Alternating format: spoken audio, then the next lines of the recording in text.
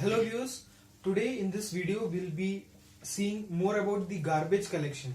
So in my previous video I discussed regarding how the memory management actually takes place in Java. So let us see more in detail about the garbage collection, means how all these concepts like the card table, the write barrier, the bump the pointer and thread local allocation buffer. So how these concepts are actually there in the garbage collection and how they serves for the deepest of the deepest memory management in Java. So let's get started. So first we have the idea about the heap space. The heap space is responsible for storing all of the objects that are referenced in the program, and when the young and old generation comes into picture, that the newly created objects are fallen into the hidden space. They are born and brought up at the hidden space, and most of the objects die out there. And further, these objects, when they are not more referenced, they move to the survivor spaces of S0 and S1, and if they are surviving then and there, then they will move to the older generation for the permanent generation, that is the reflected one of the actual virtual machine. So this is the concept how the objects move from the young generation to the older generation. Now if there is a case like if there is a need for the old generation to refer to the young generation, means if there is an object that has been already moved to the old generation and if that object needs to refer to the young generation, then how to do that? Such cases do arise in the JVM memory management. So for that we have a concept called as the card table.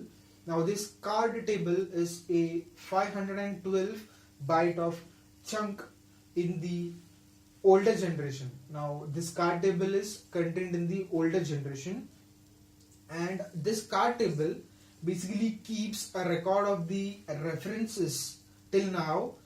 Whenever any references or such request is made or it has been seen, it will just pop up from the card table, means it acts like a register. It will pop up from the card table and it will give to the references, means if such a request or if any such references is required, then it is stored in the card table. So here it is the illustration given, like there is a younger generation and there is an older generation. Now after the minor GC which has occurred in younger generation, some objects have moved to the older generation, and in some point of time this older generation objects need to access the younger generation. So for that a card table of 512 byte of chunk is stored, and this card table stores the record of where the references are actually stored. This is in a coded format, that is in a byte format, in a binary format, that is 0 and 1s. So it's deeply inside the JVM's memory. So it is a card table like for referring the objects from older generation to the younger generation. Now this card table comes with a write barrier. Now this write barrier is basically a device which enhances for the faster performance for minor GC. Like from younger generation, the minor GC happens, at that time we get the objects in the older generation. So to pace up the speed, we have a write barrier, and it moreover is a device for faster memory allocation. And the ultimate goal of this GC is that we have to do the GC in minimal time, that is we have to reduce the garbage collection time. Then and only we can have faster memory allocation, and the memory management will be done effectively in Java.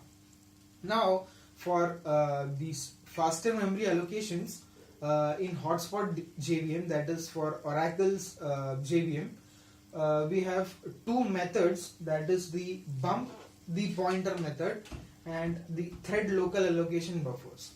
Now let us see these two methods in detail. So first of all, what is bump the pointer?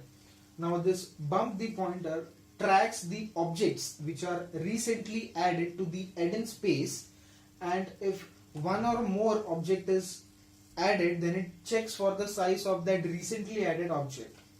Now this works for single object in the memory, like if the hidden space is considered as a stack. So whenever the stack is going to be full, and if one more object is added to the stack, and just like only 2 bytes of memory is left, and if one more object comes, and whether it has to sit on top of this or whether it has a room in the stack is decided by considering the size of that object. That size of the object is checked against the hidden space. If that is compatible or it can be accompanied, then the pointer is bumped from the previous object to the newly created object. So it basically bumps the pointer, that is the memory address actually, from the older one to the newer one. So it all works by checking the size of the objects which is created or during the program execution. Next, this is in case of single object environment. Now, how in multi-threaded environment it works. So for that we have a TLB called as the Thread Local Allocation Buffers. TLABs it is called as. So what TLABs gives is a small portion of the hidden space to the threads which are currently running in the memory. So what this advantage of this technique is that each of the thread will have its own local memory and can share throughout the program execution, thereby not complaining about the freeing of memory or some object needs to be unreferenced for its execution. So as each thread thereby can execute in a concurrent manner, it will allow faster memory allocation and more memory management can be done. So these techniques are basically more important in knowing the garbage collection and how the internals in the JVM works. This concept is also used while taking the heap dump as well as the memory dump analysis, and moreover it comes under the categorization of Java tuning in garbage collection. So this is all the understanding or the deep knowledge about the garbage collection. Hope you enjoyed this video. If you found this video helpful, please hit the like button, and if you still not subscribed to the channel, please subscribe. Thanks for watching.